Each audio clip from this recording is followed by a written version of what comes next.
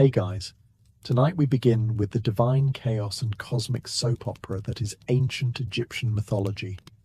So before you get comfortable, take a moment to like the video and subscribe, but only if you genuinely enjoy what I do here. And let me know in the comments where you're tuning in from and what time it is for you. It's always fascinating to see who's joining us from around the world. Now, dim the lights, maybe turn on a fan for that soft background hum, and let's ease into tonight's journey together.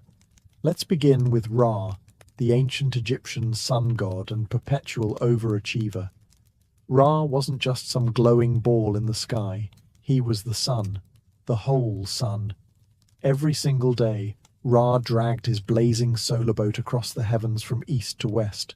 No sick days, no holidays, and no working from home.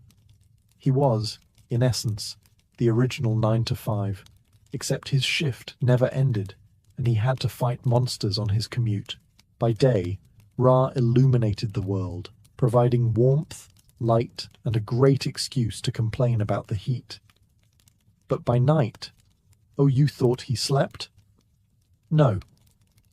Instead, Ra descended into the underworld, known as Duat, to begin his second job, protecting the cosmos from Apophis, a chaos serpent the size of a skyscraper with a serious grudge. Apophis tried to eat Ra every single night, and every single night Ra had to outmaneuver him. Imagine finishing a 12-hour shift, only to be hunted by a giant snake in hell. Every single night. To keep things running smoothly, Ra had an entourage of divine assistants on his solar bark. Think of them like celestial interns, but instead of fetching coffee, they shot fireballs at interdimensional threats. Among these helpers were gods like Set. Yes, the same guy who later murdered his brother. Workplace drama alert. And Mayan, a protective serpent who curled around Ra's ship like divine bubble wrap. But it gets weirder. At some point, Ra decided to retire from direct earthly management. Why? Because humanity, in classic fashion, started talking trash. Ungrateful mortals mocked Ra in his old age, so he sent the goddess Sekhmet to handle it, and by handle it, we mean near total human extinction. After that PR disaster, Ra took a step back and ruled from the sky, letting other gods pick up the slack. Osiris, the god of the afterlife, agriculture, and family trauma. Basically, if you've ever felt simultaneously overworked, betrayed by a sibling, and mildly decomposed, congratulations, you've spiritually connected with ancient Egypt's favorite undead icon. Osiris started out strong, handsome, wise, brought civilization to humanity, invented farming, invented wine, so obviously a legend. People loved him, which, as history shows, is a fast track to getting assassinated by your own brother. Enter Set, his brother, nemesis, and the poster child for middle child syndrome with a gym membership. Set's jealousy wasn't subtle. He literally measured Osiris's body for a coffin, threw a party and said, "Whoever fits perfectly in this mysterious custom-built sarcophagus gets to keep it." Osiris climbed in, because trusting your obviously jealous brother at a sketchy party is peak divine optimism. Set slammed the lid, sealed it with nails and magic, overkill much, and chucked it into the Nile like a glorified fruit basket. Osiris floated to Byblos, because nothing says eternal ruler like being mistaken for river driftwood by Lebanese locals.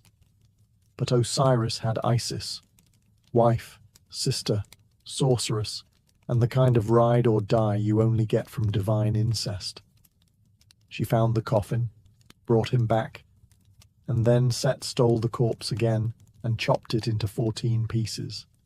Yes, 14. Because 13 would have been too predictable. Isis, unfazed, went on a continent-wide body part scavenger hunt. She found 13. The missing piece? His, pharaoh's scepter. Let's just say she improvised with a gold replacement. Ancient Egyptian mythology, weirdly into embalming, incredibly casual about prosthetics. With a little necromancy, Isis revived Osiris long enough for one magical night. Cue ghost baby Horus. Osiris then respectfully retired from life, took a desk job in the underworld, and became the divine judge of souls. Think, HR manager of eternity, but with scales and crocodile demons.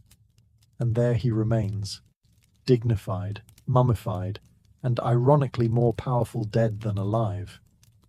Moral of the story? Never accept furniture from your siblings. Always marry a competent witch, and sometimes the best way to run a kingdom is to run it from the grave. Let's talk about Isis, the goddess who had everything: beauty, wisdom, magical powers, and a family tree that looped around like a Mobius strip. She was the wife and sister of Osiris, which in ancient Egyptian terms basically meant it's complicated but normal. Isis wasn't just any goddess. She was the goddess, the OG multitasker, protector of the pharaohs, inventor of healing spells, mother of Horus, necromancer, shapeshifter, and occasionally bird-headed grief tornado. Basically, she was the Hermione Granger of ancient Egypt, if Hermione had also been into embalming and strategic revenge. Her most iconic move? Reassembling her husband after Set chopped him into 14 artisanal death nuggets. She scoured Egypt for his dismembered limbs, like some divine scavenger hunt sponsored by trauma. She found 13. The 14th, let's just say it was the important part, missing.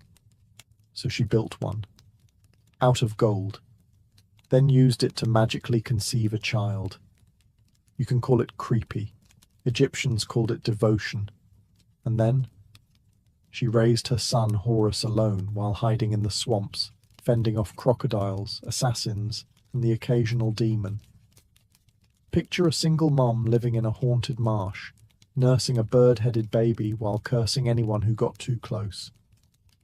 And you thought your maternity leave was rough. Isis was also a master manipulator, in the best way. She once tricked Ra, the sun god, into giving up his secret name, which was basically his divine password, by poisoning him with a snake she created herself. That's right. She invented a snake just to blackmail a god. Then healed him, because that's just good networking. She became so powerful that even regular Egyptians started modeling their lives after her. She was a symbol of love, grief, magic, fertility, and I will raise my dead husband, destroy my enemies, and still make dinner by sunset energy. Isis wasn't just a goddess. She was the entire empire's emotional backbone. The woman who said, "Sure, my brother husband got murdered and dismembered, but I have glue, a falcon child, and rage-fueled magic. I'm fine." And now, the Avenger. Horus, god of kingship, the sky, and dramatic revenge arcs. If Isis was the tireless single mum, and Osiris the murdered dad-turned-underworld manager, then Horus was the angry teen trained from birth to punch his uncle in the face. Which, to be fair, was considered divine justice. Born in secrecy in the Nile Delta swamps, Horus spent his early years being nursed by Isis and protected from Set's assassins, snakes, scorpions, and whatever else haunted Egyptian wetlands. Picture Spider-Man's origin story, but with more bird heads and maternal resurrection magic. Once Horus hit divine puberty, he did what every good mythological child does, vowed revenge, and so began the longest, pettiest custody battle in history.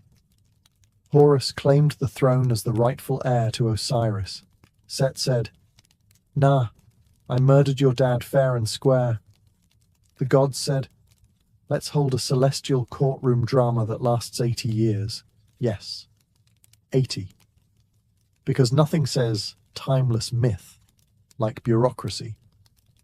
The court proceedings included boat races, magic duels, transformation battles, and, yes, one infamous episode where Set sexually harassed Horus, tried to humiliate him with divine fluids, and Horus's response was to catch it in his hand, throw it in a swamp, and then Isis trapped Set's own stuff in lettuce and fed it back to him. You read that right. Welcome to ancient mythology. No refunds. Eventually, after enough slapstick divine warfare to rival a Looney Tunes marathon, the gods ruled in favor of Horus. He claimed the throne of Egypt.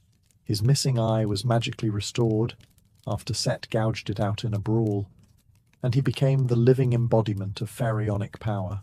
And that eye? The famous Eye of Horus, symbol of protection, healing, and don't mess with me, my family invented necromancy. It's still one of the most recognizable icons from ancient Egypt, worn by rulers, soldiers, and modern tourists who think it looks cool on a tattoo. Meet Set, also spelled Seth Sutek, or why is he like this? God of chaos, deserts, violence, storms, and being that relative at every divine reunion. If the Egyptian pantheon had a black sheep, Set set the standard, then probably set the sheep on fire for fun. Born of sky goddess Nut and earth god Geb, Set came into the world already suspicious. He was the red-haired, square-jawed oddball among a lineup of falcon-headed overachievers. While his siblings were busy embodying order, fertility, and cosmic harmony, Set chose vibes, mostly violent ones. He ruled over the desert, which is mythological code for everything awful. Sandstorms? Set. Droughts? Set. Strange political instability that somehow benefits one egomaniac? Definitely Set. But what really made Set infamous was his Oscar-worthy role in the divine family drama. His brother Osiris was beloved, wise, and accidentally alive. So naturally, Set shoved him into a coffin and threw him in the Nile. Ancient Egypt, where your murder weapon is sometimes a luxury casket. When Isis retrieved Osiris's body, Set doubled down, chopped it into 14 pieces, scattered the parts like mythological confetti. Set didn't just commit murder, he invented the deluxe dismemberment package. Then came Horus, Osiris's son, who grew up with one goal: avenge Dad.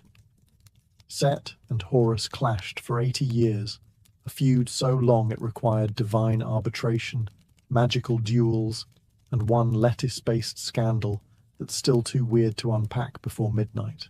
Despite his villain arc, Set wasn't always the bad guy. In earlier myths, he was seen as the necessary chaos, the brute strength protecting Ra during his nightly battle with the serpent Apophis. Set literally stood on the solar boat, stabbing chaos snakes in the face while everyone else slept. So yes, he's a desert maniac, but your desert maniac. Eventually, Set's PR went downhill. Later dynasties demoted him from misunderstood anti-hero to full-blown enemy of the state.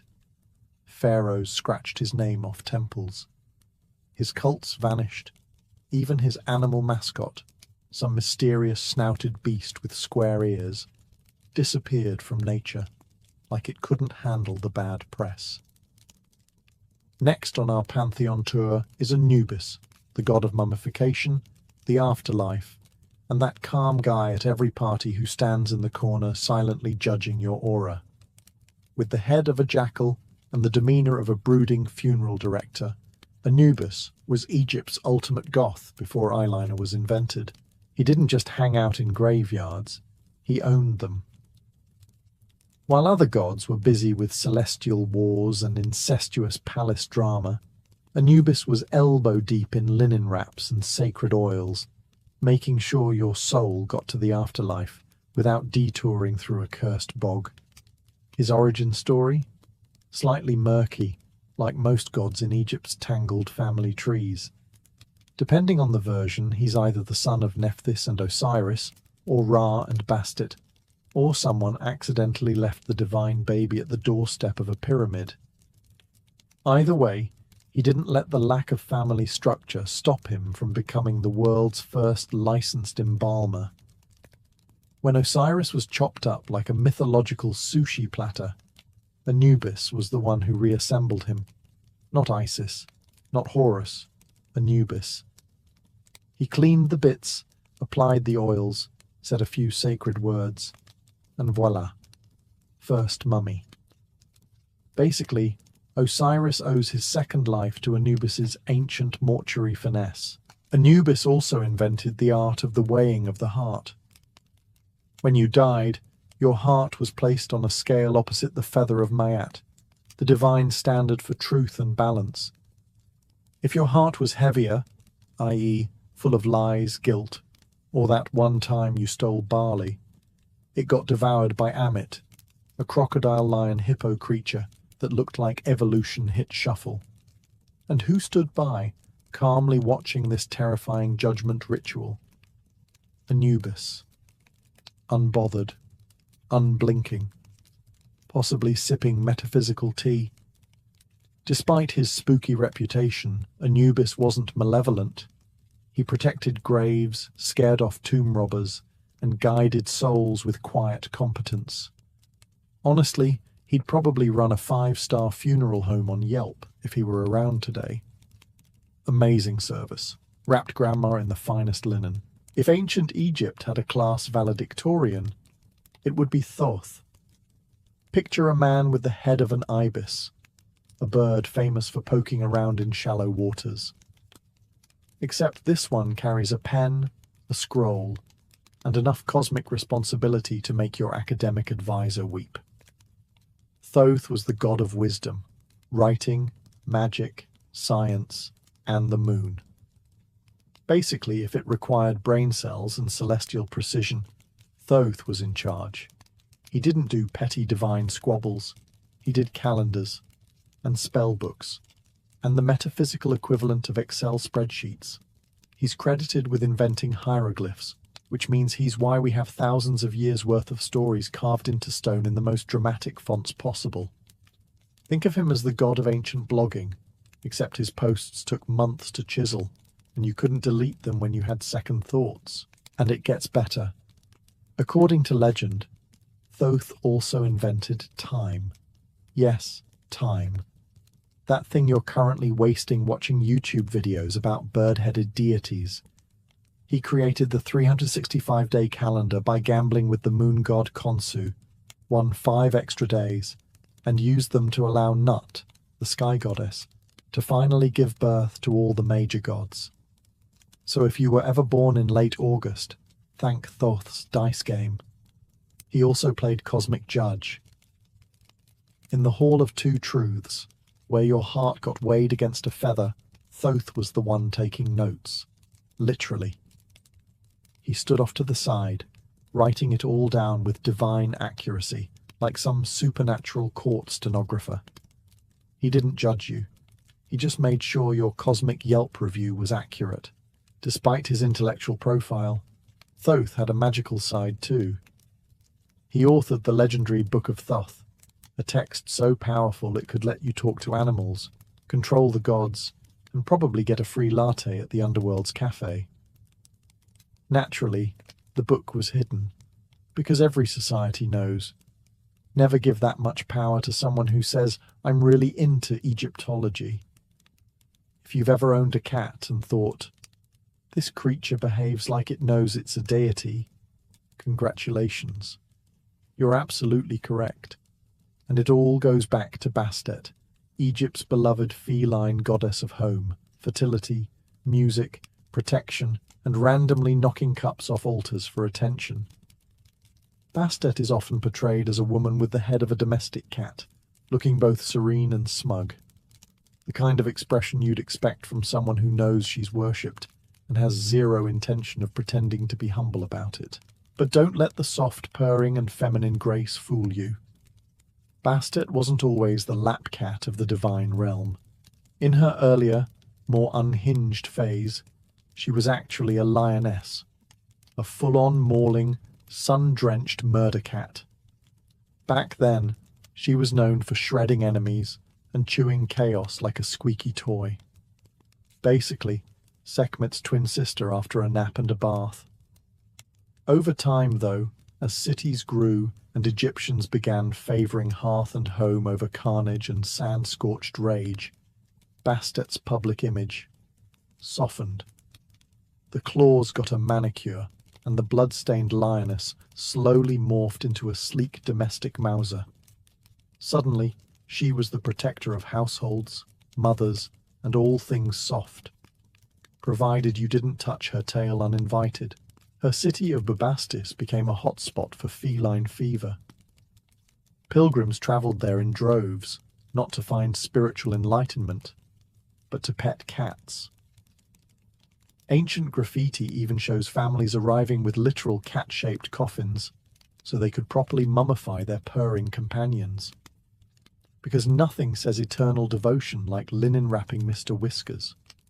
Bastet was also associated with music and dance, possibly because anyone who's ever watched a cat trip over a harp knows it's both entertaining and spiritual. At her festivals, women would shake sistrums, musical rattles, drink heavily, and celebrate joy, femininity, and the fact that cats do not care about your rules. But woe to anyone who harmed a cat in ancient Egypt. Bastet's wrath was legendary. Killing a cat, even by accident, was often punishable by death. Yes, that's right. Trip over your tabby, and the next thing you know, you're being judged in the afterlife by Anubis and public opinion. Ah, Hathor, the original party goddess of ancient Egypt. She had cow ears, a sun disk on her head, and the divine authority to make you fall in love, start dancing, cry uncontrollably, or all three within 10 minutes. Basically, she was the embodiment of your favorite chaotic friend at a wedding reception. Hathor was the goddess of love, beauty, music, dancing, fertility, motherhood, and most importantly, beer. Yes, an actual goddess of beer. The ancient Egyptians were far too practical to leave something that's sacred in mortal hands. Often depicted as a beautiful woman with the ears or full head of a cow, Hathor was not just your average celestial dairy queen. She was also a nurturing mother to the pharaoh, a guide to souls in the afterlife, and the kind of deity who could make even your worst haircut feel sacred. But don't get too comfortable. Hathor had a past. She was once a terrifying force of vengeance under the name Sekhmet, the lioness goddess who nearly obliterated humanity because Ra got a little cranky. You know, typical overreaction. Luckily, the gods had a foolproof plan. Get her drunk. Ra tricked her into drinking 7,000 jugs of beer dyed red, so she'd think it was blood. Sekhmet drank herself into a divine stupor, passed out, and woke up as the much gentler, cuddlier Hathor. That's right. Ancient Egyptian theology includes a hangover redemption arc. As Hathor, she presided over wild festivals like the Festival of Drunkenness, which was exactly what it sounds like. Music, dancing, wine, questionable choices, and everyone pretending it was religious. Think Coachella, but sponsored by temples. Hathor temples were sacred spaces filled with music, incense, sistrum rattles, and probably a few confused goats. Worshippers came to her for fertility blessings, dream interpretation, or just a good cry after being ghosted by a scribe. In the afterlife, Hathor was said to welcome the dead with milk, music, and the same comforting energy as your favorite aunt. If your aunt happened to wear gold and channel raw cosmic femininity, meet Sekhmet, the lion-headed goddess of war, plague, vengeance, healing somehow, and waking up every morning choosing violence. She wasn't just fierce, She was the ancient Egyptian version of an apocalypse button that Ra could press whenever humans got too sassy for their own good. It all started when humans, in typical human fashion, started mocking Ra in his old age. You know, the all-powerful sun god who literally kept existence running. The audacity. Ra, feeling a bit sensitive and possibly without his morning coffee, decided that a gentle warning wouldn't cut it. Instead, he created Sekhmet, a flaming lioness with divine rage, solar power, and no off switch. Sekhmet descended upon humanity like an angry Yelp reviewer with a sword. According to the myth, she didn't just kill people, she delighted in it. She was the divine equivalent of a blender filled with bad decisions and arterial spray. And she was doing so well at her job, humanity was on the brink of extinction within a few days. Even Ra, who again created her, started thinking maybe this had escalated too quickly. So what do you do when your murder lion gets carried away? You trick her into getting blackout drunk, of course. Ra's priests brewed up 7,000 jugs of beer, dyed it red to look like blood, and poured it all over the fields where Sekhmet was rampaging. Naturally, the goddess saw what appeared to be a blood happy hour, got excited and chugged the lot. She got so drunk that she passed out for days, probably dreaming about conquest and regretting nothing. When she woke up, her bloodlust was gone. Sort of. She mellowed out, just enough to earn a side hustle as a healing goddess, because who doesn't want their doctor to also be a literal death machine? Sekhmet temples were filled with lion-headed statues, magical spells, and the vague hope that she'd stay on her meds. People prayed to her for protection and cures, which is ironic, considering she almost liquefied humanity like a protein shake. If the Egyptian gods were a rock band, Ptah would be the brooding guy in the back designing the stage, tuning the instruments, and probably forging the drum kit out of nothing but willpower. He's the god of creation, craftsmen, architects, and engineers, and he somehow managed to be omnipotent while giving off strong, silent dad in the garage energy. Ptah didn't roar, he didn't smite, he thought the universe into existence, literally. According to myth, he created all things by first conceiving them in his heart, the Egyptian version of the brain, and then speaking them into being. That's right. While other deities were busy flinging fireballs, Ptah whispered reality into form like a celestial ASM artist. He was the patron of artisans, metal workers, and builders. So basically, the one god everyone hoped would stay on their good side. Because angering your construction deity is a fast track to a leaky tomb. Temples dedicated to Ptah, especially the one in Memphis, were major religious centers and likely had the best maintained plumbing in the ancient world. Unlike most of the flashy, drama-prone gods, Ptah dressed simply, often wrapped tightly in a mummy-like shroud, holding a staff that combined life, ankh, stability, djed, and power, was like a divine multi-tool. His skin was often painted green, a symbol of rebirth and regeneration, or possibly just because he worked too many night shifts without sunscreen. Despite being a creator god, Ptah rarely inserted himself into myths. He let others hog the limelight while he quietly invented the concept of limelight. He wasn't interested in love triangles or cosmic warfare.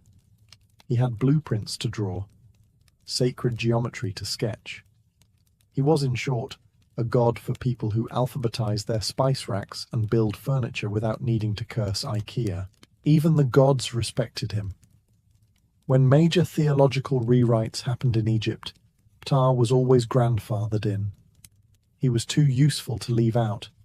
Some even believed everything, including the other gods, were first imagined by Ptah and then spoken into existence, which would make him the original law master.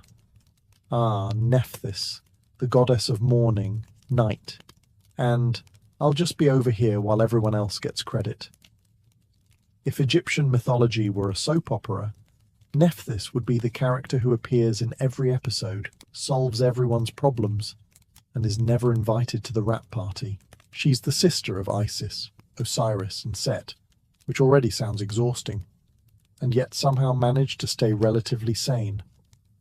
While Isis was the divine main character, and Set was busy being the unhinged villain, Nephthys was just doing the work, always in the background, lighting the incense, whispering prayers, and quietly holding the world together while everyone else threw lightning bolts and tantrums. Her main gig? Protecting the dead. Nephthys was there in every major funeral rite, standing beside Isis to mourn the deceased, sing dirges, and hold hands while ancient Egyptians crossed into the afterlife. If Osiris was the ruler of the underworld, Nephthys was the funeral director with a clipboard and a calming voice, and despite all that, she constantly got overshadowed. Even her most famous myth involves her disguising herself as Isis to sleep with Osiris, which, let's be clear, is peak mythology weirdness, but also deeply on brand for someone whose love language is, "I'll be whoever you want, I guess." From that extremely awkward union came Anubis, the jackal-headed god of mummification, because nothing says complicated family tree like your child being born from accidental necromancy and identity confusion. Nephthys didn't start wars. She didn't chase glory. Instead, she was the patroness of lamentation, the one who stood beside your tomb and mourned you sincerely, even if she barely knew you. She was like the emotionally mature sibling at a dysfunctional Thanksgiving, sipping wine quietly while the others argue about divine succession.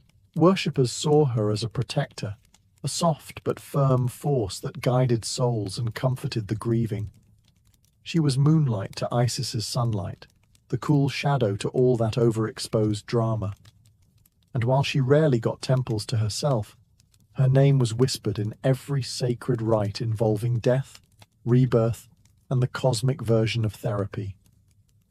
If the Egyptian pantheon had a moody teen with a cosmic skateboard, it would be Khonsu.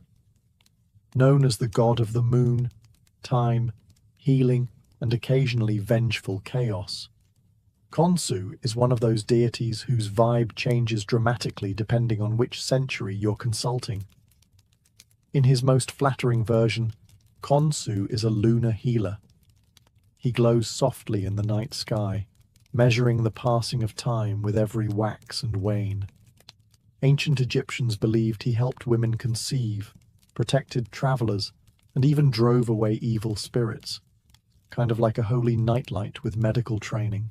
But don't let the soft moonlight fool you. Khonsu had a temper.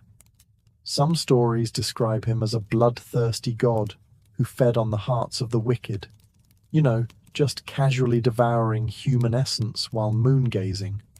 1 second he's healing disease, and the next he's reenacting a slasher film in your dreams. Duality.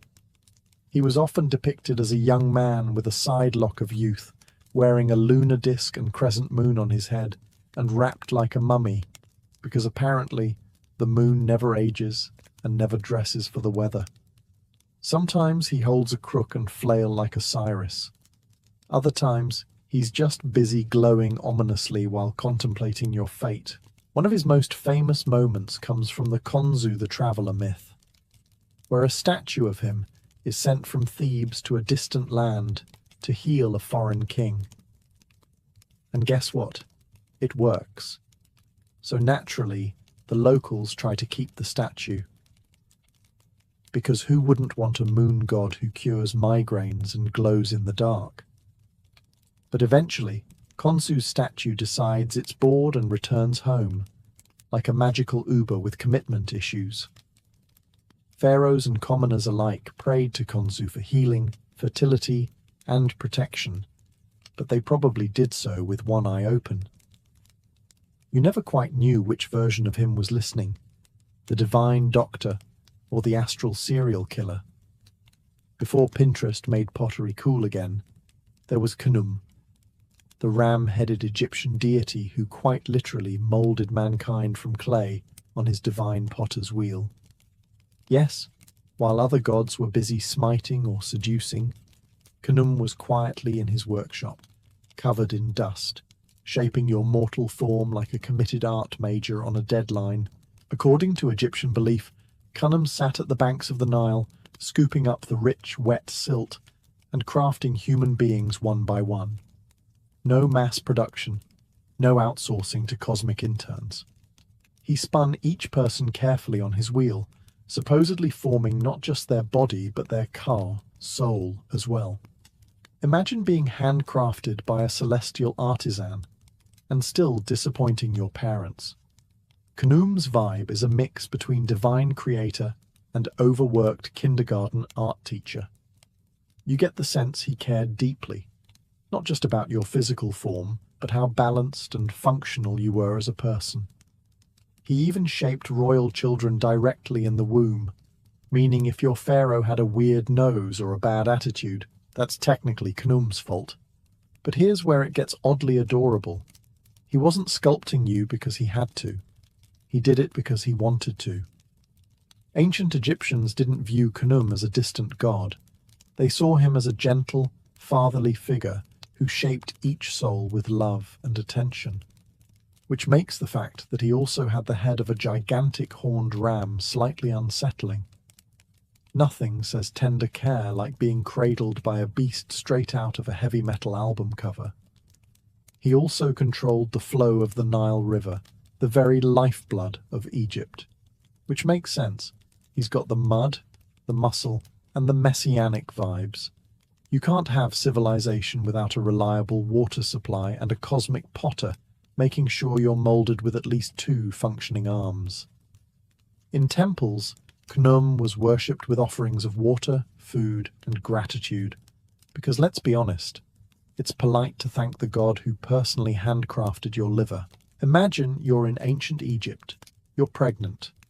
There's no epidural, no sterile hospital, no soothing playlist, just sand, sweat, superstition, and a labor force of midwives invoking a terrifyingly adorable goddess named Taweret. Taweret, which means the Great One, was a hippopotamus-shaped goddess with the limbs of a lion, back of a crocodile, and the kind of maternal stare that could silence even the cockiest pharaoh. In other words, she was a living, "do not mess with this mother" warning label. Despite her intimidating hybrid form, Taweret was the protector of women in childbirth, guardian of mothers and babies, and the divine embodiment of "don't test me, I'm nesting." She stood upright, belly round with pregnancy, often shown holding the Essa amulet, the Egyptian symbol of protection, which in her case doubled as a cosmic no trespassing sign for evil spirits. And believe me, ancient childbirth needed all the protection it could get. With no medical science, no reliable antibiotics, and a high chance of things going very, very wrong, ancient Egyptians turned to Taweret like a spiritual bouncer guarding the womb. People placed her image on amulets, headrests, bedposts, and even mugs, which basically makes her the ancient world's version of putting Mama Bear stickers on your SUV. She was everywhere pregnant women went, silently radiating, "Try me, demon. I dare you." But Taweret wasn't just about brute strength. She was maternal, kind, and deeply symbolic. Hippos, while cute in cartoons, are lethally protective in real life, especially the mothers. Egyptians knew this. They saw the fierce devotion of mama hippos and thought, yes, that's what I want guarding my labor. And fun fact, even household furniture was decorated with her image. You couldn't even nap in ancient Egypt without Taweret looming above you, like a divine doula from hippo hell. Though she didn't have temples or flashy priesthoods, Taweret was beloved. She was worshipped in homes, whispered to during labor, and thanked every time a baby and mother survived. In Charybdis, the Nile is not just a river, it is a god with teeth. Every 10 years, when the river rises too early or too high, the villagers remember their ancient oath, a promise carved in limestone and ritual. Give Sobek a virgin bride, or he will take everything, fields, children, boats, breath. And so, beneath the full moon of the 10th year, the lottery bowl returns to the center of the village square, filled with the names of eligible girls. The elders do not speak of the past brides. They are not remembered. No songs are sung, no shrines built. The Nile accepts the offering, and silence follows. This year, the crowd holds its breath as the eldest priest reaches into the bowl. He pulls a papyrus strip with a shaking hand. Before he can read it, a voice cuts through the crowd. I will go. It is Layat, 16 years old, parentless, born during the last offering year. No one expected her name to be drawn, not even included. She has no family to lose her, no lineage to protect her. But no one expected her to step forward before the name is even spoken. I volunteer, she says again, voice steady. Gasps ripple through the villagers. The priest stares at her, stunned. Child, the gods have not chosen. They have, she interrupts. They always take a girl. Better it be one who walks willingly. Some say she is brave. Others say she is mad, but no one stops her. At dawn, they dress her in white linen and crown her with lotus. A procession winds down to the riverbank, solemn and slow. The water glistens gold beneath the rising sun, but no one sings. Layat wades into the Nile without looking back. The current pulls at her dress. Crocodiles surface nearby, jaws open in reverence or anticipation. The crowd shudders. Somewhere, a mother weeps, and then she's gone. No scream, no thrashing. The water closes over her like a secret. The villagers turn away, relieved, believing they have fed the beast for another decade. But beneath the surface, something else begins. Layat is not dead. She is descending. There is no surface anymore, no sky, no air, no sound. Layat descends into a silence so thick it seems to press against her skin like fabric. But she does not drown. The Nile wraps her in liquid arms, cool but not cruel. Her linen gown floats around her like petals. The deeper she sinks, the warmer the water becomes, not boiling but comforting. Alive. She expects death, teeth, the tearing of flesh. Instead, she is guided. Eyes open, she sees shadows move alongside her, long and slow. Crocodiles, 12, 24. They glide with purpose, forming a procession around her like priests escorting a queen. None touch her. Their golden eyes gleam, unblinking. Then the riverbed appears, but it is no ordinary mud and silt. It is stone, greenstone. Massive steps descend into a temple carved from the bones of the earth. Pillars rise, chiseled with ancient glyphs, glowing faintly with emerald light. Strange plants sway without current. Bioluminescent fish dart like fireflies. The crocodiles part and vanish into hidden crevices. Layat stands, barefoot, unshivering, on the marble floor of a submerged palace. The door before her is obsidian, veined with gold. It breathes, it watches, and it opens. Inside, a grand hall stretches into shadows, filled with the scent of river moss and lotus. Statues of gods she's never seen, half human, half animal, line the walls. Incense burns underwater, impossibly, curling like smoke inside a dream. At the far end, on a throne carved from jade and bone, sits the god. Sobek. He is not merely a crocodile with legs, nor a man with fangs. He is both, and more. His shoulders ripple with strength. Scales shimmer like oil in sunlight. His jaw could bite through stone, yet his eyes are old, intelligent, watching her with something that feels like hunger, but not for flesh. Layette drops to her knees. "I was not afraid to die," she whispers.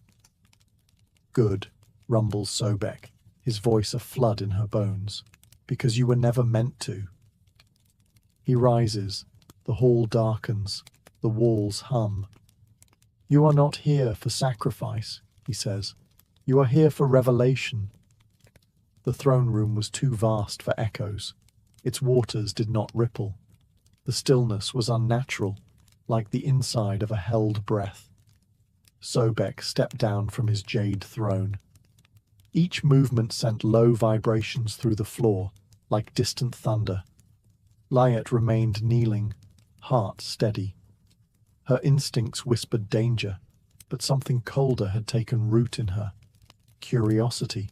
"You expected death," Sobek said, circling her like a slow current. "You offered yourself to the river. Why?" Layette lifted her eyes.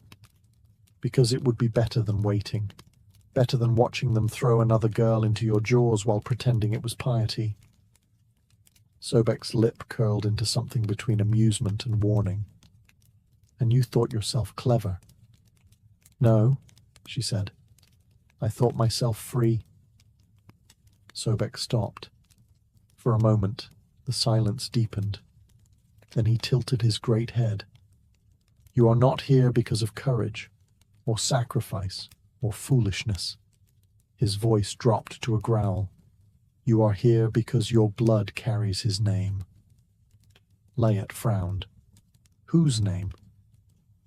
Sobek raised a clawed hand, and the green stone of the wall behind him shifted.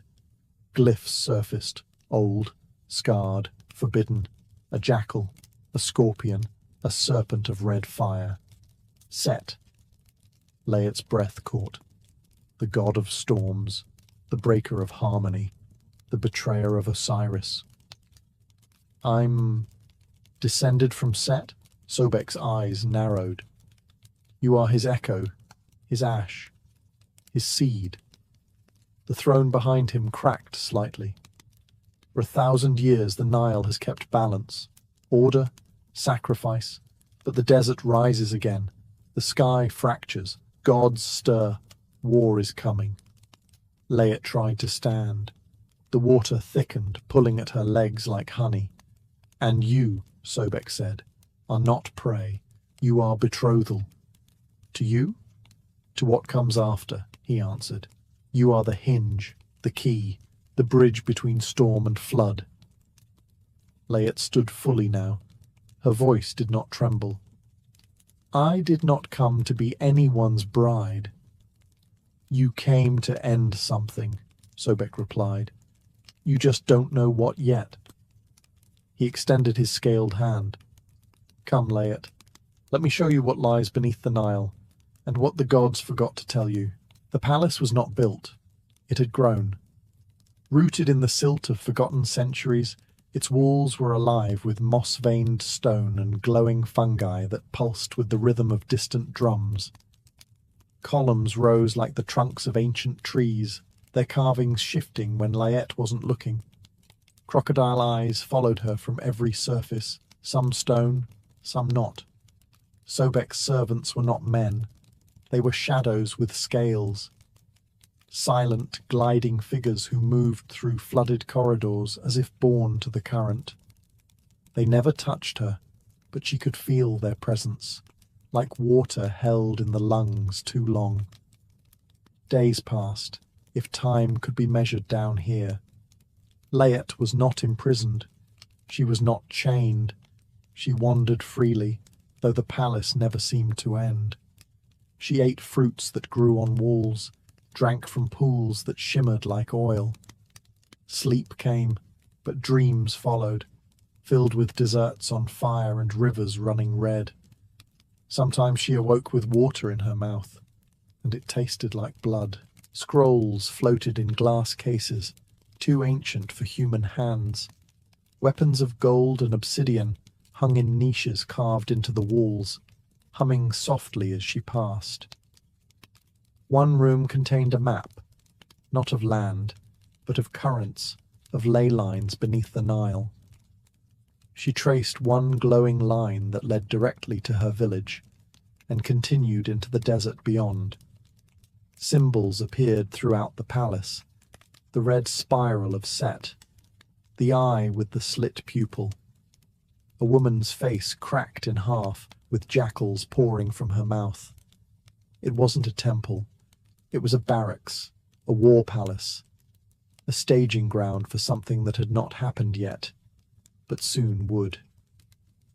In a vast chamber she came to know as the Heart, great statues of gods stood decayed and crumbling. Osiris with his face shattered, Horus beheaded. Only Sobek's statue remained untouched, coiled, patient, gleaming green. It watched her as she stood there, heart pounding. She was not meant to be a bride in the human sense. She was to be joined, not in body, but in purpose. She had been selected, not for beauty or innocence, but because her bloodline carried the mark of Set. And blood, in this palace, was not for sacrifice. It was for activation. Layet began to feel it in her veins, a thrumming like the pulse of drums just beneath her skin. Not pain, not illness, something older, something ancestral. The palace didn't just shelter her, it recognized her. Rooms opened when she approached.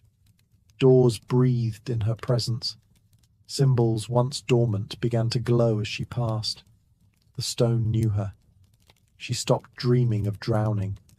Now she dreamed of storms, of red winds over cracked desert, of vultures circling a broken throne, of crocodiles marching on two legs. In the Hall of Echoes, she found a pool not made of water, but blood. Thick, slow-moving, reflective. She leaned over it once, expecting her own face. What she saw instead was a woman with her eyes, but crowned in iron and desert fire, holding a serpent in each hand. She stepped back. The image vanished. Elsewhere, a shrine to Set stood half buried in coral and bone. The other gods had no temples here, no worship. But he did. Red ochre handprints stained the stone walls, some fresh, and she began to understand. This was not Sobek's realm by rule. It was his by alliance. A pact made with the god of storms long ago, sealed in the blood of mortals. Sobek ruled the Nile, Set ruled the desert. Their union was unnatural, but necessary. Together, they had built this fortress below the waterline, far from the judgment of Osiris or the scales of Maat. Layet, with her hidden bloodline, was meant to restore that pact. Or perhaps replace it. In the chamber of offerings, she found a robe waiting for her. Not white like the linen she had worn to the river, but deep green and crimson, sewn with crocodile scales and symbols of chaos. It shimmered in the dim glow of bioluminescent flames, humming softly when she drew near. She did not put it on. Not yet. But she stood for a long time, staring at it, at what it meant, at what she was becoming. Outside the palace walls the Nile stirred. Fish swam in uneasy patterns. Reeds bent with no wind. And far above in Sharabus, a drought began. The river no longer accepted brides. It was waiting for a general. In Sharabus, the river began to misbehave. The Nile no longer flooded on time. Fish died with silver bellies upturned. Fields cracked, roots shriveled. The priests claimed it was a test. The elders whispered of broken promises. But no one dared mention her. No one spoke Layet's name. She had become a myth before her bones could whiten, though no bones had returned. Mothers warned disobedient daughters, Don't follow the river. Boys dared each other to touch the water after dark. The crocodiles had vanished too. The silence was worse than the attacks. And still, the offering bowl remained locked away. There would be no bride this decade. The Nile had chosen. Beneath the waterline, Layat began to feel the weight of distance. The palace remained unchanged, its green halls as endless as ever. But something above called to her. A pressure, a pulse. Like the river itself was trying to reverse direction. The robe still waited, still sang. And now the drums had begun. From the lowest chambers of the palace, those not meant for mortal feet, rose a dull, rhythmic thrum. It shook the mosaics in the walls. The glyphs along the pillars wept red sap. In the reflecting pools, she no longer saw herself at all. Only fire and crocodile teeth and a sky choked with dust. She wandered deeper than before. In a chamber sealed behind a crocodile's jaw-shaped gate, she found the war room. Maps of kingdoms that no longer existed. Statues of gods whose names were scratched out. Spears of obsidian curved like claws. And at the center, a sarcophagus not made of stone, but bone. It was empty. Beside it, an altar bore a single object. A dagger made of river glass. Translucent, sharp, humming with something that tasted like lightning. She didn't touch it. Yet. That night, sleep did not come. Instead, she climbed the green staircase that led to the palace's highest point, a dome just beneath the surface. There, through the veil of the water, she saw the moon, and she remembered. Not her own life, but another's. A man with burning eyes and a serpent crown. A war-torn sky. Sand turned red, Sobek kneeling before Set. And beside them, a woman in green and red. Her. The moon above the Nile flickered behind clouds, but below the water, it shone like a beacon through the palace dome. Layat stared up at it from beneath the river's surface, her breath calm though her heart began to beat faster. Something in her blood was changing. The palace seemed to respond. Walls trembled, lights flickered, glyphs once dormant began to shimmer with soft red glow. The robe in her chamber no longer waited. It called. Its sleeves fluttered in still water, as if impatient. Layat didn't resist. She slipped into the garment, and the moment it touched her skin, the warmth returned. But it was not from the fabric. It came from within. Her veins lit up like river lines on a map. Not pain. Not ecstasy. A recognition. She walked the halls differently now. The palace bowed to her. Doors peeled open before she touched them. Sobek's crocodile sentries sank into the shadows when she passed. She felt no fear, only purpose. She returned to the war room. The dagger of river glass pulsed, bright as a torch. She picked it up. It weighed nothing. At the altar behind it, a circle of symbols flared. Set's spiral, Sobek's tooth, a crown cracked down the center, a path from desert to flood. Her hand moved instinctively. She pressed the dagger to her palm, but did not bleed. Instead, a drop of light emerged. Red, yet glowing like dawn. The altar accepted it. Stone shifted. A hidden chamber cracked open behind the altar, airless and dry. Inside, scrolls, bones, masks, and a mirror made not of silver, but of obsidian, polished so smooth it reflected not the face, but the soul. Layat saw herself, crowned in crocodile scales and storm-coloured robes. Around her feet, sand turned to mud. In her hands, fire and flood. Not one, both. The daughter of Set, bride of Sobek, balance breaker. Outside, in the Nile's belly, Crocodiles began to stir. Not in hunger, but in formation. They swam upstream in eerie coordination, their tails carving prophecy into silt. The time for sacrifice had passed. A new role had awakened. Layet was no longer the girl who walked willingly into the river. She was becoming what the gods feared most. A mortal who remembered too much. The palace was no longer still. Walls once dormant pulsed with green and red light. Sobek's emerald, Set's crimson. The two currents, once held in delicate separation, now bled into one another. Floors rippled under Layet's bare feet. The air buzzed, not with electricity, but prophecy. Somewhere deep beneath the stone foundation, drums pounded. Not ceremonial, not celebratory, martial. Sobek had not appeared since she took the robe and the dagger. His presence remained, heavy in the corridors, thick in the water. But he watched from a distance now, as if waiting to see what she would do without guidance. She understood. He was no longer her captor, not even her master. They were partners now, or rivals, or something ancient and nameless between the two.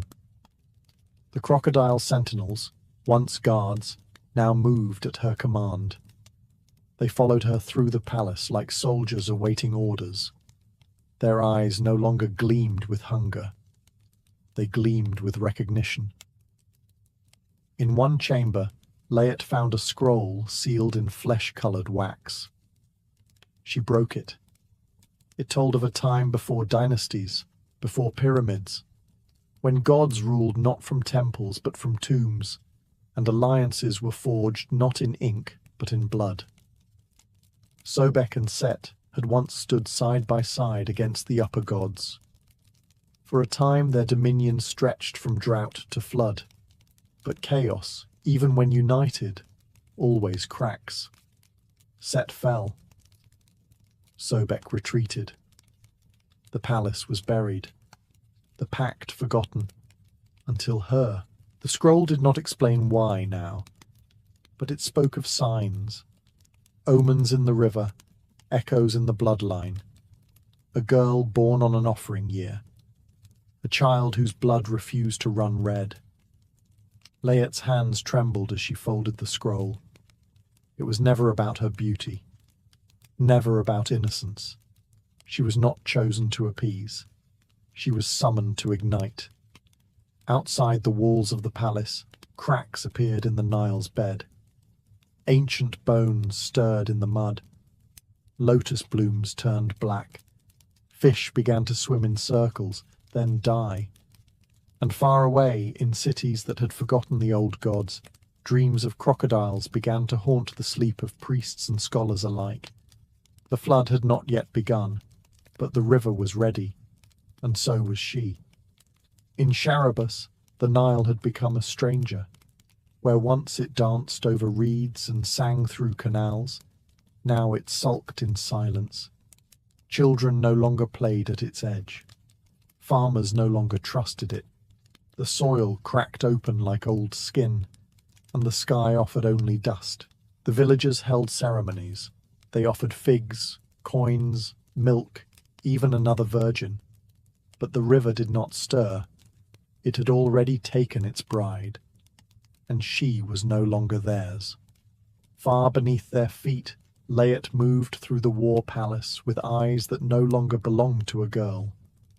Her gaze was steady now, her footsteps guided by unseen currents. With the robe on her shoulders and the glass dagger on her hip, she no longer felt like a guest. She was a ruler in waiting. Sobek reappeared at last, not in fury, but in formality. He stood beside her in the Hall of Waters, his arms crossed, his great jaw unreadable. Without speaking, they walked together, through flooded vaults, past empty altars, into the vault of teeth. There, an army waited, not of men, not even of crocodiles, though many were present. These were creatures of fusion, beasts carved from storm and river, bone and clay, wrapped in linen older than dynasties. Some bore shields made of dried lotus leaves. Others carried blades shaped like crescent moons. All knelt as she passed. The air trembled. It was not loyalty they offered, it was recognition. The blood of Set had returned, but it came wrapped in something unexpected. Choice. Layat had not been raised in temples or courts. She had known hunger and dirt and the lie of ritual sacrifice. And now she walked the halls of gods not as worshipper, but as equal. In the center of the vault, a raised platform held a basin. When she placed her hand above it, water rose, spinning, shimmering, showing her images of the world above. Cities cracking, deserts swallowing caravans, priests weeping in empty sanctuaries, but also a girl in another village, staring into the water, whispering her name, and a crocodile watching, unseen. The war would not begin with thunder, it would begin with memory. And Layet, the bride of the river, would not march with soldiers. She would awaken legends. The waters began to tremble. From the cataracts in the south to the delta in the north, something ancient stirred beneath the surface. Not a creature, but a memory, long sealed, now waking. The Nile's current thickened, darkened. Whole schools of fish vanished, reeds withered in their beds. And then, one by one, the crocodiles returned, not to hunt, to gather. In the flooded chambers of the war palace, Layet stood before the obsidian mirror. Her reflection no longer looked human. Her eyes shimmered like silt. Her skin glowed faintly beneath the robe. The dagger at her side pulsed like a heartbeat. Her transformation was nearly complete. She had not ascended. She had remembered. The palace, once dormant, was now a living thing. Rooms shifted in response to her will. Glyphs carved themselves mid-wall as she walked past, naming her with titles she did not yet understand. The servants no longer bowed. They saluted. In the deepest vault, she found Sobek waiting. He was armoured now, not in gold or silk, but in stone and bone. His body bore the scars of ancient wars, but his gaze was calm. In his hand he carried a staff made from a crocodile's spine, the tip carved like a fang. They did not speak. They understood. Behind him, a doorway opened that had never existed before. It led into blackness that bent the eye, a tunnel not of the palace, but of the gods. No walls, no floors, only echoes and stars. This was the corridor between realms, where gods whispered and mortals shattered, and now Layet would cross it. She took a final look behind her. The palace that had held her, changed her, chosen her, it did not vanish. It folded, collapsed like a mirage. It had given her what she needed. She stepped forward, and the Nile responded. Above, in temples long abandoned, statues of crocodiles cracked open, revealing beating hearts of green stone. The water surged, but it did not flood. It waited. Because what approached was not just war, not vengeance, it was correction. The gods had forgotten the pact. But the river had not, and its bride was ready to remind them. The Nile split, not in flood, but in silence. At dawn, under a sky the colour of wet clay, the river's surface shimmered with unnatural calm. Fishermen stood at the banks, nets forgotten in their hands. Children cried without knowing why. Elders fell to their knees, whispering names not spoken in centuries. And from the water, Layet rose. No longer girl, no longer bride, crowned in green stone and river gold, robed in a fabric that moved like storm clouds and flowed like silt, She stood atop the current as if it were solid. The dagger at her side glowed with quiet fire. Behind her, crocodiles lined the banks in perfect rows. Not beasts, soldiers. Sharabaz was silent. Some fell prostrate, some fled, but no one spoke her name. She walked into the square, where the offering bowl still sat, untouched since her descent. Layet reached in, not to draw a name, but to shatter it. The bowl cracked down the middle, split clean by a single word she spoke in a language older than any temple. The pact was broken, but not by Sobek, not by Set, by them, the mortals, the priests, the cowards who threw girls to the river and called it obedience. Now, the river had returned the favor. From the horizon, winds screamed, hot desert gales, laced with sand and sparks. From the other direction came the cool breath of the flood. The two met above the village, swirling into a storm that never touched the ground, only watched. Layet turned her eyes skyward. She saw the gods, not in form, but in feeling. Osiris trembling, Ma'at retreating, Thoth scribbling too fast to understand what had shifted, because it was no longer their story. Layet spoke again, and her voice carried like thunder underwater, not loud, but heavy, final. She would not rule, she would remind. Sobek appeared beside her, not as a monster, but as a companion. He bowed, not in worship, but in acknowledgement. Set did not appear. He didn't need to. His heir had already done what he never could. Laid down war without battle, restored fear without blood, balanced chaos with choice. And as the storm dissolved into mist and the villagers dared to breathe again, the Nile whispered through the reeds, "The river remembers, and so does its bride." Before kings carved their names into stone, before temples echoed with hymns to Ra, the stars ruled the night. They were not lifeless embers, but gods, shimmering daughters and sons of Nut, the sky goddess. She had stretched herself across the heavens to shield the world from chaos, and her children, thousands of flickering lights, danced across her body. Each had a name, each had a purpose, and each sang a silent harmony that kept the universe in balance. For ages, the stars obeyed. Ra, the sun god, ruled the day, and his order extended to the stars at night. He gave commands, and they moved. He spoke, and they burned. But even in divinity, not all children stay obedient.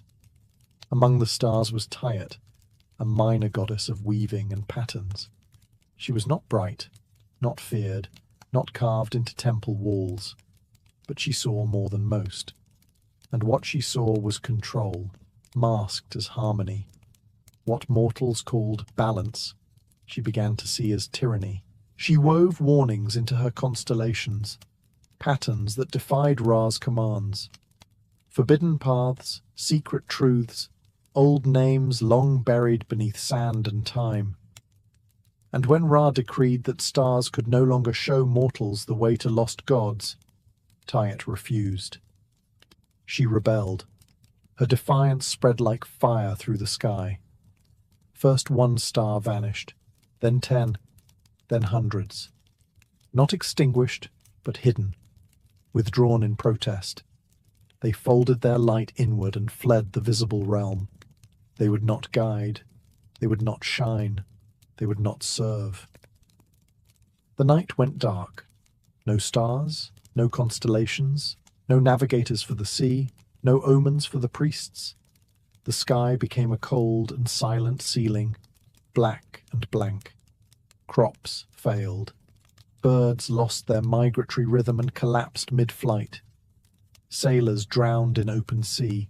The moon wept without company. Dusk spread like a permanent bruise across the world. Mortals prayed louder, burned more incense, spilled more blood, but nothing answered. They cursed Tyet's name, though most had never heard it before. They pleaded for the return of the stars, not realizing that the rebellion above was never against them. It was for them. But the gods do not explain themselves, and the sky, once luminous, now refused to speak. In the city of Thinis, once a beacon of light, now a place of flickering torches and half-buried calendars, there lived a scholar named Pamu. He was born during the first starless season, the year of vanishing light. His mother had named him after the word for cat, not out of affection, but desperation. She believed that, like cats, he might see in the dark. And he did, in a way. Where others turned their eyes from the sky, he never stopped looking. By trade, he was an astronomer, though the profession had become nearly meaningless. Star charts had turned to empty parchments. Temples boarded up their observatories. Priests now warned against looking up at all, claiming the darkness was punishment, not mystery. But Pamu kept watching, not because he expected the stars to return, but because he needed to remember what had been lost. His home was a collapsing rooftop near the edge of the city. Each night he traced the invisible constellations in the air with chalk. He lit candles where the stars should have been, and when others mocked him, he simply nodded. They hadn't seen Tyet. He had. Years ago, as a boy lost in the desert beyond Thinis, he had wandered for 2 nights with nothing but wind and sand. Then, on the 3rd night, something had shimmered in the sky, a single thread of silver light weaving through the dark like a strand of hair. Tyet. A warm, feminine presence had filled the air, not blinding like Ra's sun, but soft, watchful, merciful. The light danced low across the dunes until he followed it back to safety. No one believed him. They said he'd imagined it, but he remembered. Now the world begged for that light. Droughts came earlier, animals migrated in circles, madness crept into the edges of minds. Hope dimmed. One night, as Pamu sat tracing Orion's ghost on the ceiling of his broken chamber, he felt it, a pull. Not from the sky, but from within. A whisper of movement, not sound, as though something had stirred behind the blackness above, something watching back, and when he slept, he dreamed not of darkness, but of thread, being handed to him by a woman made of starlight. Pamu awoke before dawn, though the word had lost meaning. The sky was always grey now, like wet ash stretched thin across the heavens. He hadn't dreamed in years, not properly. But this time he remembered the vision clearly.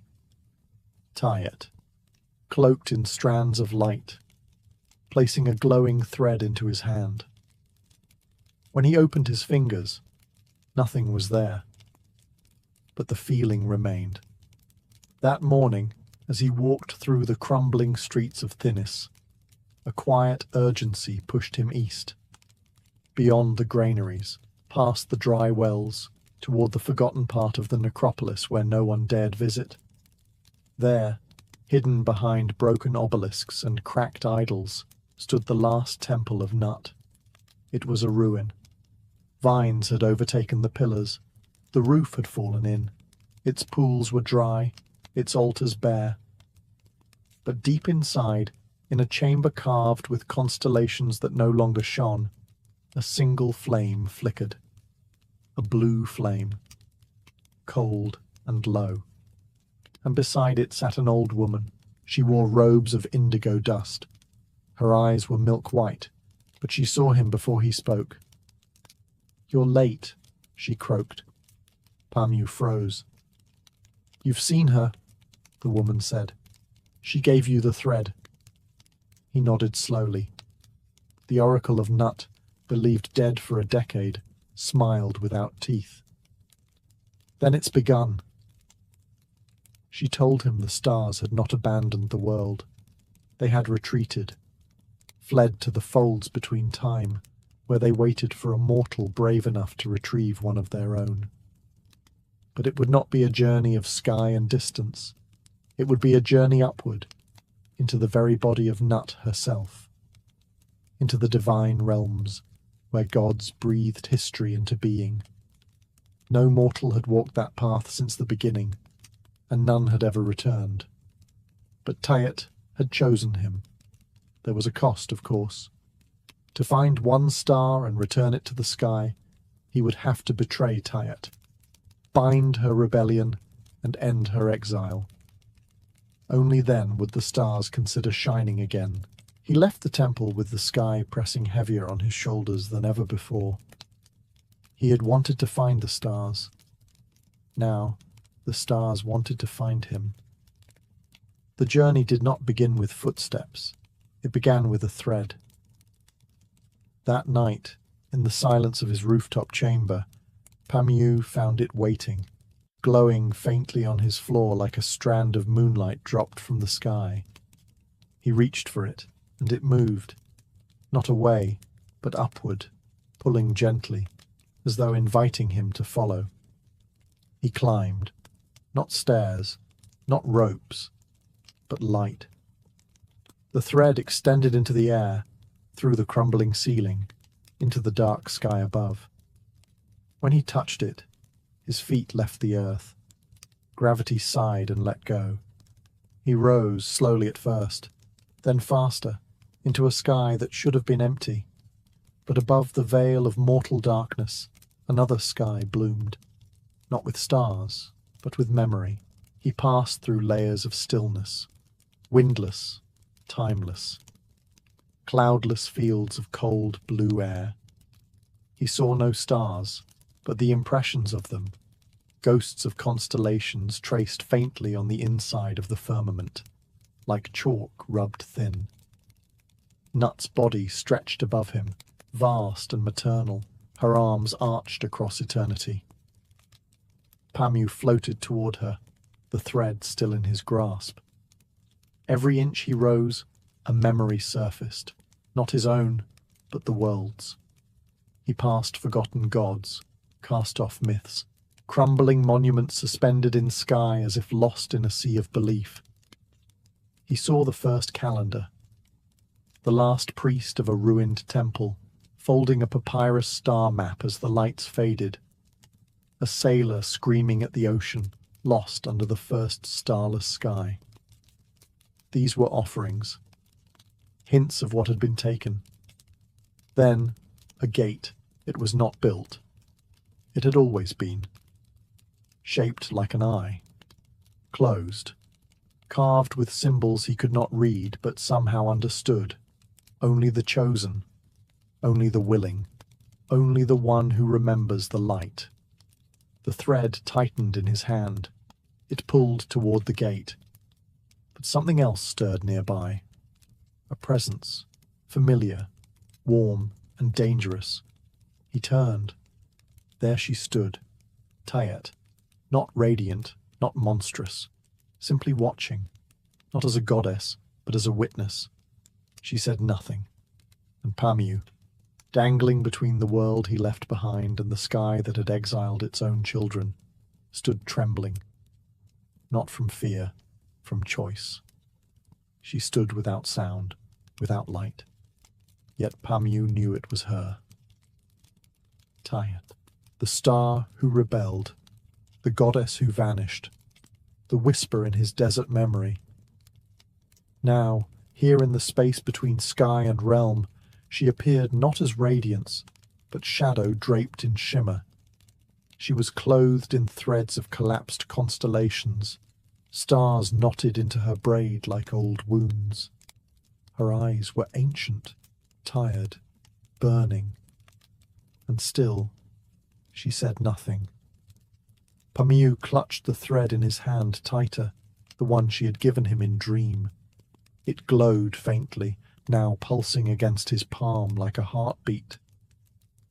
He opened his mouth to speak, but no sound came. not because of fear, but because truth here did not require words. She raised one hand. The thread in his grip flickered. Then, behind her, the sky cracked. It wasn't thunder. It was a memory of Ra, of decree, of stars punished for disobedience. A burst of flame spiraled into the void beyond, swallowing fragments of sky like it was feeding. It reminded him, this journey had a cost. He was here to retrieve a star, just one, a sacrifice to satisfy Ra's conditions. One star returned to order, in exchange for the rest to return to the sky. Pamu looked at Tayet and knew, suddenly, devastatingly, that she was the one Ra wanted. Not a star, the rebel, the symbol of disobedience, the price for peace. He had not been chosen to find a star. He had been chosen to betray a friend. Tayet stepped closer. Her voice, when it finally came, was like the wind stirring desert dust. Dry, measured. They sent you to fix the sky, she said, not to understand why it broke. Pamu swallowed hard. The world is dying. And so are the stars, she answered. But death is not always the enemy. Sometimes it is the proof that we lived on our own terms. She touched the thread between them. It trembled. Walk through that gate, she whispered, and the sky will return. But not this sky, not my stars, only the obedient ones. She turned from him, back into the void. Choose carefully, Pamu. What you bring back may not be worth the light. The gate pulsed before him, black stone shaped like an open eye, rimmed with glyphs that shimmered and crawled like living ink. Beyond it lay the realm of the stars, the inside of Nut's body, the divine corridor where the sky remembers. Pamu hesitated. Tayet's words still rang in his bones, the weight of them heavier than gravity. This wasn't a simple rescue. It was a transaction. His world for her silence. He stepped forward. The thread in his hand stretched taut, then passed through the gate like smoke. Pamu followed, and the moment he crossed the threshold, memory attacked. It wasn't a corridor. It was a river of vision. Images hit him in waves. 1,000 lives not his own. The first stargazer etching constellations into clay. A sailor navigating by Tayet's glow across the Black Sea. A lover whispering oaths under a sky that would soon vanish. The rebellion wasn't just divine. It was human. The stars had always spoken to them. And then Ra severed the line. Each vision burned like sunlight behind the eyes. Pamu staggered. He saw the night the stars hid. Not from rage, but grief. Tayet, weaving her final tapestry of light, unraveling herself into thread and flame as the others watched, afraid to follow. This wasn't a rebellion of arrogance. It was a sacrifice. And now, he was here to undo it. At the heart of the gate, a final memory awaited. It was not divine. It was his. A child in the desert, lost, thirsty. A flicker of light in the blackness above. A voice, soft as wind. Follow me. It had been Tayet, not a dream, not hallucination. She had broken the silence for him, and now the silence demanded she be bound. Pamu fell to his knees. Around him, the sky flickered. Stars, countless stars, watching from behind the firmament like frightened children behind curtains. They waited for him to choose, to save one, or to release them all by offering Tayet as the scapegoat. His hand trembled. The thread in his fingers was no longer glowing. It pulsed like a heartbeat. His, hers. The gate waited. The sky listened. Beyond the gate of memory lay the court of flame. There was no ground, only light, folded and layered like silk in a sandstorm. Pamu floated toward it, carried by the last pulse of the thread. His feet never touched anything, yet he moved, drawn into a chamber that had no walls and yet enclosed all space. Here, the gods were not statues. They were forces. Ra burned at the center, a sphere of shifting gold and white fire. Around him orbited silent shapes, deities he'd only read of in temple walls now eroded by time. Ma'at, her feather blazing with logic. Thoth, a script etched into the air itself. And beside them, shadowed and watchful, Horus, Bastet, Sekhmet. They had been waiting. Pamu did not speak, but his thoughts were bare, as if peeled open like fruit in their presence. He was shown a vision. Earth, bright again, stars glittering in obedient patterns, fields blooming, rivers flowing, priests singing praises once more to the gods who had been silent for so long. And at the center of it all, one star returned, Tayet, not shining, bound, fixed to the sky by divine chains of law, her rebellion erased, her light reabsorbed into the system she once defied. Peace, yes. Order, yes. But not truth. Ra's voice, when it came, was not thunderous. It was calm, a bargain. Return her, it said, and the night will shine again. Reject the pact, and let the world rot in shadow. Pamu felt the weight of humanity behind him. Thirst, hunger, madness in the eyes of children who'd never known stars. They needed him to say yes. They needed light. But he also felt the warmth of Tayet's glow, quiet in his memory. The warmth that had led him from the desert. Not a command, a choice. In his hand, the thread no longer pulsed. It burned. He looked to Ra, then to the distant edge of the chamber, where a faint shimmer waited.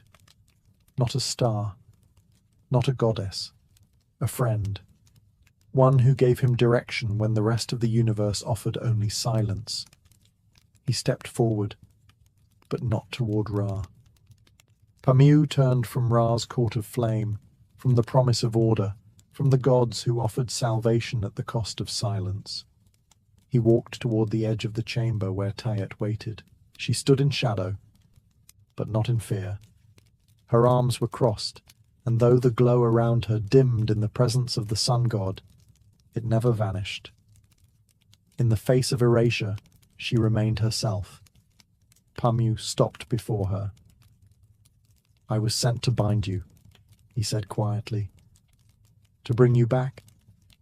Tayet tilted her head. "And?" "I came to remind you what it felt like to be followed. Not because you shine the brightest, but because you chose not to." For a long breath, neither moved. Then Tayet reached forward and took the thread from his hand. It unraveled, glowing brighter now, gold and silver spun into one. She whispered words not in any human tongue. The sky trembled, and suddenly light burst outward, not from Ra's center, but from her. A soft, cascading brilliance that filled the chamber like water. The stars, those hiding behind the veil, responded. One by one, they began to flicker back into sight, not in perfect lines or divine formations, but in wild living patterns. They weren't returning to serve. They were returning to witness. Ra's flame pulsed once, then dimmed. Not extinguished, but humbled. Tayet stepped forward, past Pamu, past the gods. She raised the thread and cast it upward, into Nut's vast sky body. It wove itself across the heavens like a scar healed by starlight, and from it a new constellation bloomed. Not one of chains, a loom, a thread, a mortal standing in its center, not worshipped, included. Tayet turned to Pamu. "You didn't bring back a star," she said, smiling faintly. "You reminded them why we burned." Then she vanished, folding herself back into the heavens. This time, not in exile, but in freedom. And as Pamu descended slowly back to the waking world, the sky above him glittered, not with obedient stars, but with 1,000 small acts of rebellion. The stars had returned, not because of Ra, because one mortal remembered what it felt like to follow light freely given. When Pamu's feet touched the earth once more, the air felt different, not warmer, not cooler, clearer. He stood on the rooftop of his crumbling home in Thinis, the same place he had traced phantom constellations every night. But now the sky was no longer blank. A soft scattering of stars blinked above him. Not all, not yet, but enough to draw gasps from the sleeping city below. The stars were returning, not in rows of obedient light, but in scattered waves. Some shone with fierce defiance, others like children stepping back into a world that had forgotten them. They were imperfect, asymmetric, glorious. The people of Thinis awoke before dawn. First the sailors, stepping out to check the windless river, then the night market workers, and finally the temple priests, their mouths open in disbelief. For the first time in years, shadows were cast not just by flame, but by starlight. The elders wept. The children pointed upward and tried to name the glowing shapes, though none matched the old charts. Pamu stood silent, his heart heavy and light all at once. He had not saved Tayet. She had saved herself. All he did was listen. The temple of Ra reopened that morning, but not with hymns, with questions. Why had the stars returned without divine command? Why were some missing, some brighter, some shaped like patterns never taught in priestly schools? And who was the man seen standing atop the roof, bathed in new starlight? Word spread faster than fire. Some called him a prophet, others a heretic. Pamu ignored them all. He returned to his rooftop that night with a simple goal: to watch, not to record, not to instruct, just to witness. Because the stars, it seemed, had chosen not only to return, but to change. They were not just gods anymore. They were stories, rebellions, choices, echoes of freedom stitched back into the night. And high above, one new constellation burned just slightly brighter than the rest. A loom, a thread, a figure standing at its center. Not immortal, not divine, just a man who remembered the light. The stars had returned, but not quietly. Each night, new patterns emerged, strange constellations that had never graced the old maps, shapes of rebellion, of lost gods, of mortal acts etched into divine canvas. Some stars flickered as if struggling to stay lit. Others pulsed with unfamiliar rhythms, refusing to fall into Ra's rigid order. Pamu understood now. The stars had not simply reappeared. They had remembered, and memory, once released, never settles peacefully. Across the land, temples reopened, some in awe, others in fear. Priests scrambled to rewrite doctrines. Scrolls were copied, then burned. Farmers rejoiced as plants began to grow beneath a gentler night sky. Sailors whispered that the waves had changed direction, as if guided once more by ancient light. But with light came conflict. Tayet's constellation shone clearly now, always just a little apart from the others. Defiant, radiant, impossible to ignore. And in some cities, that visibility bred resentment. Offerings were made to Ra to dim her. Old chants were revived to purify the heavens. But the sky did not obey, not anymore. And deep within Pamew's bones, something else began to stir. A new awareness. He had not just walked the path between stars. He had been marked by it. The thread, though no longer visible, remained within him. Sometimes, when he closed his eyes, he could hear the stars speaking, not in words, but in emotion, in pressure, in pull. They remembered him, and they remembered Tayet. They remembered everything. He began keeping a new kind of star chart, not of positions but changes, which stars pulsed differently, which patterns rewrote themselves overnight. His scrolls grew chaotic, tangled, almost alive. The sky was not static. It was adapting, and he suspected it was preparing. One evening, as he stood beneath the constellation of the Loom, a single star flared brightly, then vanished. Gone. Not fallen, withdrawn. A warning, a signal? He didn't know. But the message was clear. The sky was not finished.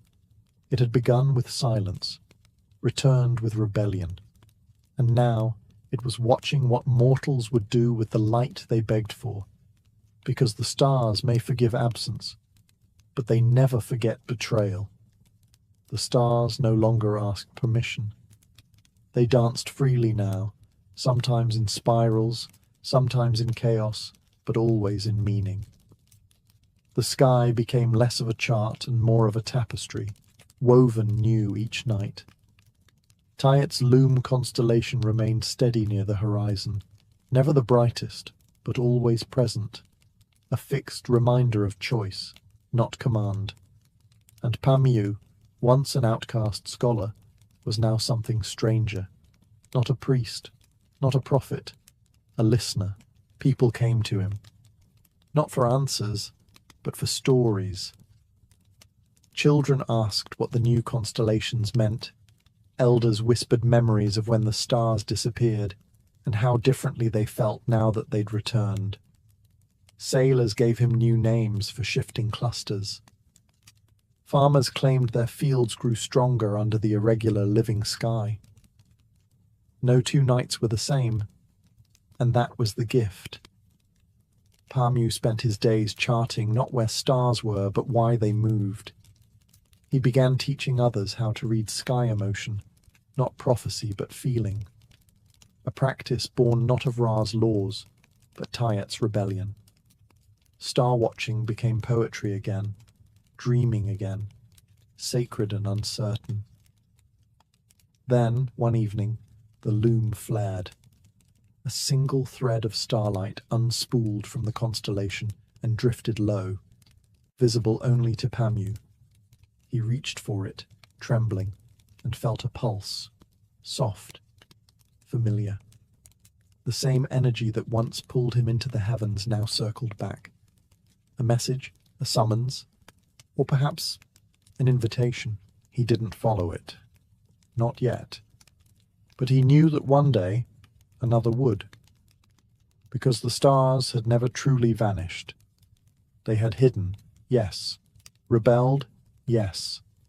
But not to punish, to teach, to remind mortals that obedience was not the only path to light. Sometimes the brightest flame comes from those who say no, and sometimes the most sacred act is not worship, but remembrance. In the quiet hours of night, when the wind stilled and the sky shimmered with chaotic beauty, Pamew would look up, close his eyes and whisper, "Thank you for leaving." And then, softer, "Thank you for coming back." Because now, when the people looked up, they no longer feared the dark. They waited for what the stars would choose to become.